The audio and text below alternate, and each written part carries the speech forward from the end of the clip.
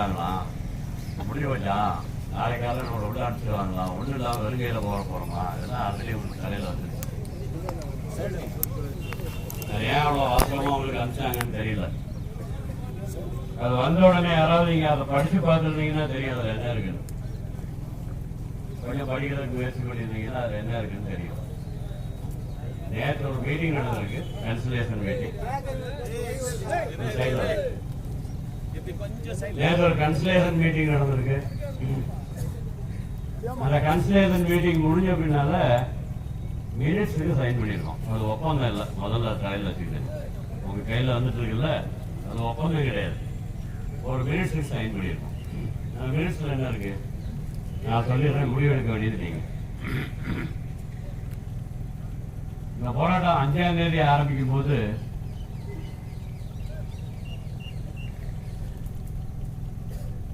இவ்வளவு பெரிய அளவில் முழுமையா வேலை நிறுத்தம் நடக்கும்னு யாரும் எதிர்பார்க்கல, நானும் எதிர்பார்க்கல. உண்மையை சொல்லிடுறேன். 100க்கு 100 முழுமையா போராட்டம் 5ஆம் தேதிக்கு அப்புறம் வழங்குச்சு. 100% ஹவுஸ் கீப்பிங்ல இருந்து ஆரம்பிச்சு என்னென்ன டிபார்ட்மெண்ட் இருக்கோ, சப் கான்ட்ராக்ட், கான்ட்ராக்ட் எல்லாம் வெளியில வந்தோம். வெளியில வரும்போது நம்ம என்ன வந்தோம், பிஎம்எல் இருக்கக்கூடிய பெர்மனன்ட் இல்லாத நான் பெர்மனன்ட் ஒர்க்கர்ஸ் எல்லாமே ஒன்று திரண்டோம். இது ஃபர்ஸ்ட் சக்சஸ் இந்த போராட்டம். இல்லையா இதுவரைக்கும் இப்படி ஒரு போராட்டம் நடந்தது எல்லாம் வெளியில வந்தோம். பெர்மனன்ட் ஒர்க்கர் தான் உள்ள இருக்காங்க, ஆபீசர்ஸ் இருக்காங்க, மேனேஜர்ஸ் இருக்காங்க. மேனேஜ்மெண்ட் நினைச்சிட்டு இருந்தாங்க திருப்பி இந்த போராட்டத்துக்கு எங்களுக்கு சம்பந்தம் இல்லை. 5ஆம் தேதி இங்க போராட்டம் ஆரம்பிச்ச பின்னால 6ஆம் தேதி ஒரு கன்சல்டேஷன் மீட்டிங் நடந்தது. நான் உங்களுக்கு சொல்லியிருக்கேன், அதை நான் திருப்பி அதை ரிப்பீட் பண்ணேன். ஆனால் ஒரு முக்கியமான விஷயம் என்னன்னு கேட்டீங்கன்னா, 6ஆம் தேதி அந்த கன்சல்டேஷனுக்கு வந்த பிஎம்எல்லோட பெரிய அதிகாரிகள் அவங்க என்ன சொன்னாங்கன்னா, நாங்க ஸ்ட்ரைக்கை விட்ரா பண்ணணும்னு கேட்க மாட்டோம். நாங்க ஸ்ட்ரைக்கை விட்ரா பண்ணணும்னு கேட்க மாட்டோம். அந்த ஸ்ட்ரைக்னால எங்களுக்கு ஒரு தொந்தரவும் இல்லை. நாங்க வேற பேக்கப் வச்சுருக்கோம். ஓப்பனா சொன்னாங்க, இன்னைக்கு கன்சல்டேஷன் எல்லாருக்கும் எங்க பேக்கப் இருக்கு. இந்த ஸ்ட்ரைக்னால ஒரு தொந்தரவு ஆகாது. இது என்னைக்கு 6ஆம் தேதி. நேற்று 28ஆம் தேதி.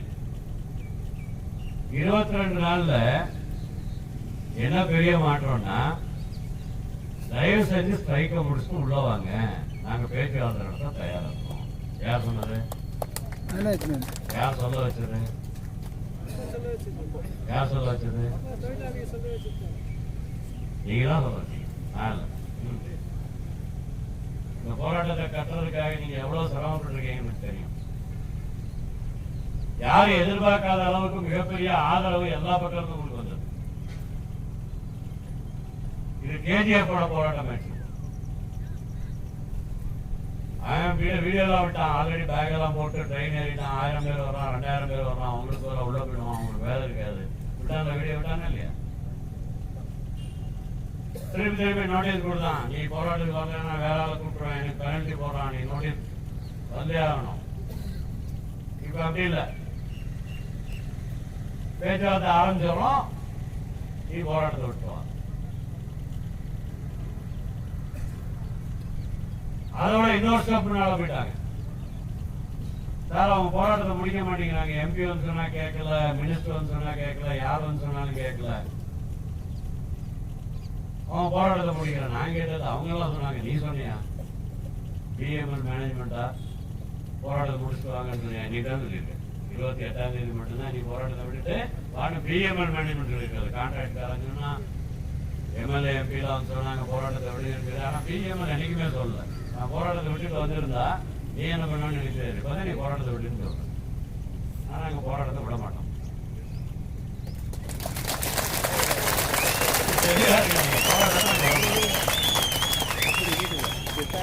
அது மினிஸ்ட் நீங்க எடுத்து பாத்தீங்கன்னா தெரியும்.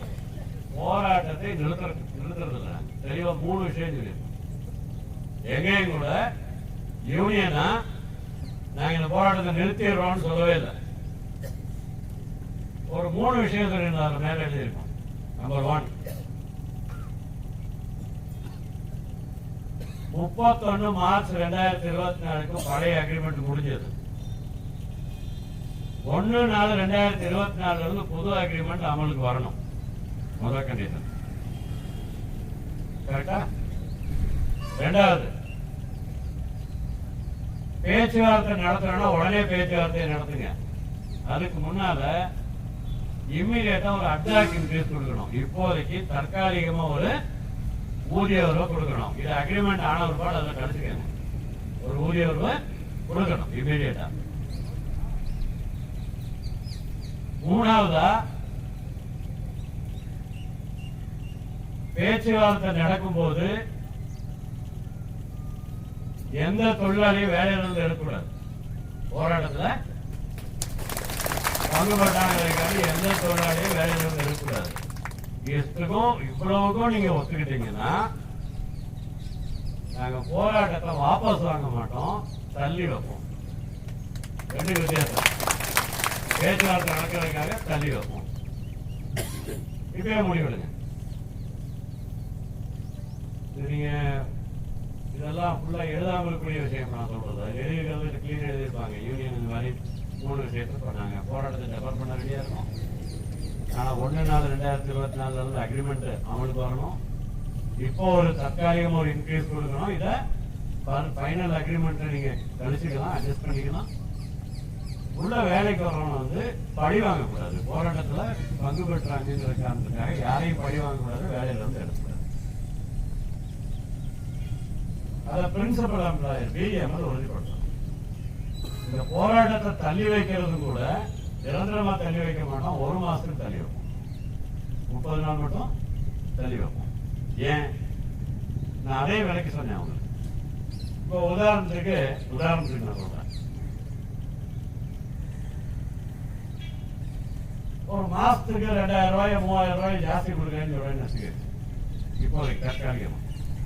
ஒரு நாளைக்கு ஸ்கில் ஒர்க்கருக்கு ஒரு 1000 ரூபா, அன்ஸ்கில் ஒர்க்கருக்கு 800 ரூபா ஒரு நாள் வேலைக்கு. இப்போ ஒரு 520 ரூபா 750 ரூபா இருக்கிறத 800 ரூபா 1000 ரூபா பண்ணீங்கன்னு வச்சுக்கோங்க. உதாரணத்துக்கு எப்ப கொடுப்பீங்க அதை? நான் நாளைக்கு ஸ்ட்ரைக் ரெஃபர் பண்ணி உள்ள வேலை செஞ்சு 1 மாசம் கழிச்சு ஜனவரி மாசம் சம்பளம் கொடுப்பாரு, டிசம்பர் சம்பளம் அப்பதானே கொடுப்பேன். 1ஆம் தேதியில இருந்து 31ஆம் தேதி வரைக்கும் உனக்கு டைம் இருக்குல்ல. நீ கான்ட்ராக்டா பில் எழுது பிஎம்எல். இந்த மாதிரி நான் தற்காலிக இன்க்ரீஸ் கொடுத்துருக்கேன், இதை எனக்கு ரிலீஸ் பண்ணு, பேச்சுவார்த்தையை தொடர்றோம். ஜனவரி மாசத்துல இருந்து 1 மாசம் டைம் இருக்குல்ல. நீ இப்போ உடனே ஊன்னு சொல்ல வேணாம். ஆட்சியில கன்சிடர் பண்றோம்னு சொல்லு, நான் விட்ரா பண்றேன், உள்ள பேசுவோம். 1 மாசம் தள்ளி வச்சிடறோம். அது முன்னாடி பேச்சுவார்த்தையை முடியும். இது 3 சொன்னேன். பிஎம்எல் மேனேஜ்மெண்ட் என்ன சொன்னாங்க? அன்கண்டிஷனலா ஸ்பெஷல் விட்ரா பண்ணணும். எல்லா ஸ்ட்ரைக்கையும் எந்த விதமான கண்டிஷன் இல்லாம உங்க போராட்டத்தை திருப்பி வாங்கணும். கான்ட்ராக்டர் பேச்சுவார்த்தை நடத்துவாங்க.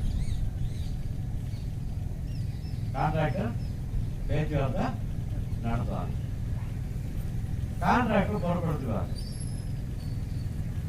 நாங்க இந்த பிரச்சனை முடியணுங்கிறதுக்காக எல்லா கான்ட்ராக்டரையும் நாங்க கூப்பிட்டு வந்திருக்கோம். யாரு? பிஎம்எல் மேனேஜ்மெண்ட் கன்சிடரேஷன் கூப்பிட்டு வந்திருக்கோம். நம்மளுக்கு உடனே சொன்னாங்க, பிஎம்எல் மேனேஜ்மெண்ட் எப்படின்னா எங்க ஹெச்ஆர் மேனேஜருக்கு கார் கொடுக்கல, கான்ட்ராக்டர் கூப்பிட்டு வந்திருக்காங்க. வேற புரியுதா சொல்றது? பிஎம்எல் மேனேஜ்மெண்ட் என்ன சொன்னாங்க? நாங்க கான்ட்ராக்டர் கூப்பிட்டு வந்திருக்கோம். அவங்க உண்மையில் நடந்தது என்ன? கான்ட்ராக்டருக்காரன் பிஎம்எல் கூப்பிட்டு வந்திருக்கான்.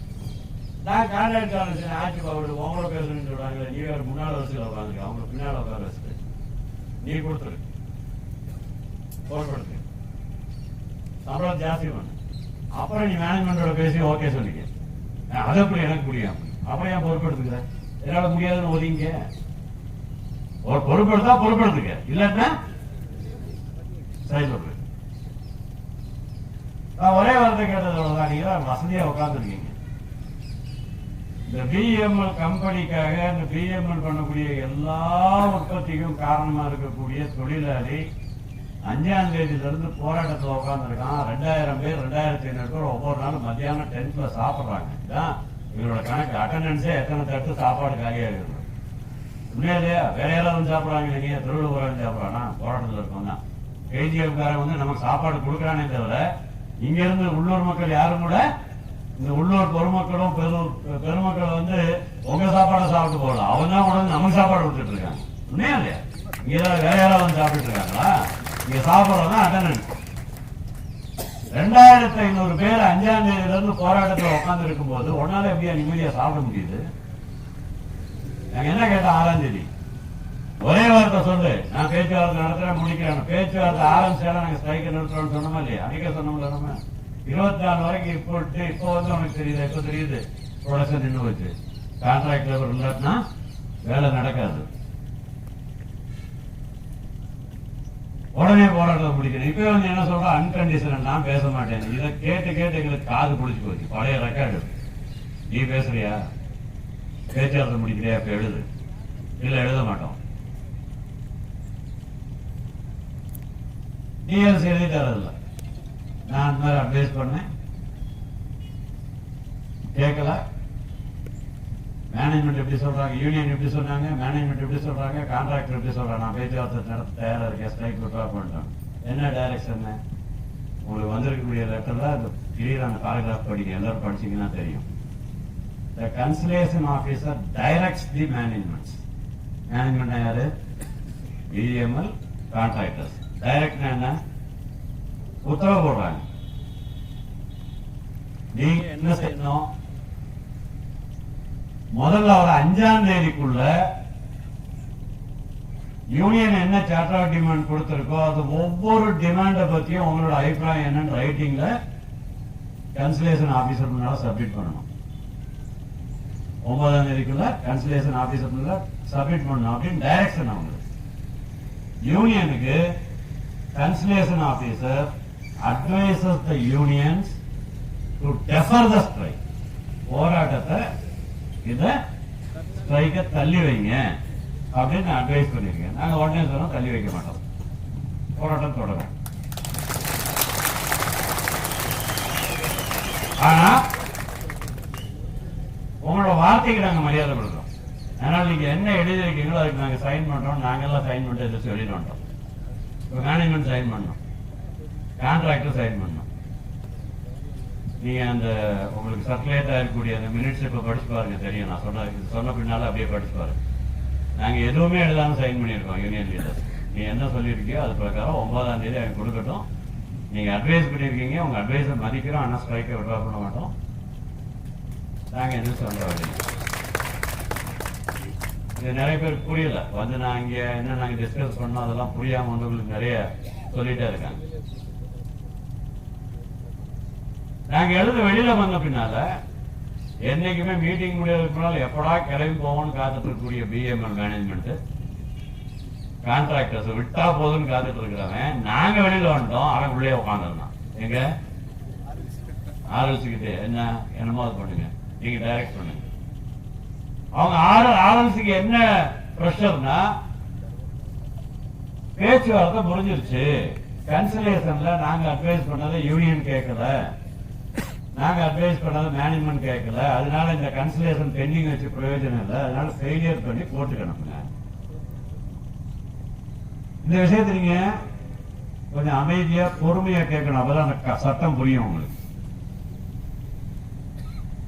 இண்டஸ்ட்ரியல் டிஸ்பியூட் ஆக்ட் 1947 என்ன இருக்குன்னா, இதை வந்து நான் முதல்ல உங்களுக்கு ஒரு அடிக்கோடிட்டு பெரிய இடத்துல சொல்லிடுறேன். உங்களை பயமுறுத்துறதுக்காக சொல்லல, சட்டத்துல என்ன இருக்குன்னு சொல்றேன், நம்ம தெரிஞ்சுக்கணுங்கிற காரணத்துக்காக.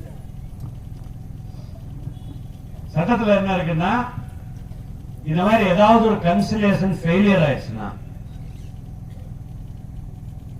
எந்த முடிவுக்கும் வராம கன்சிலியேஷனுக்காக அப்ளிகேஷன் போட்டவங்க விண்ணப்பதாரரும் கன்சலேஷனுக்கு வரக்கூடிய மேனேஜ்மெண்ட்டும் ஒரு முடிவுக்கு வர முடியல. கன்சலேஷன் ஆபீசர்னால அவங்கள வந்து ஒரு முடிவுக்கு கொண்டு வர முடியல. பேச்சுவார்த்தை நடத்தி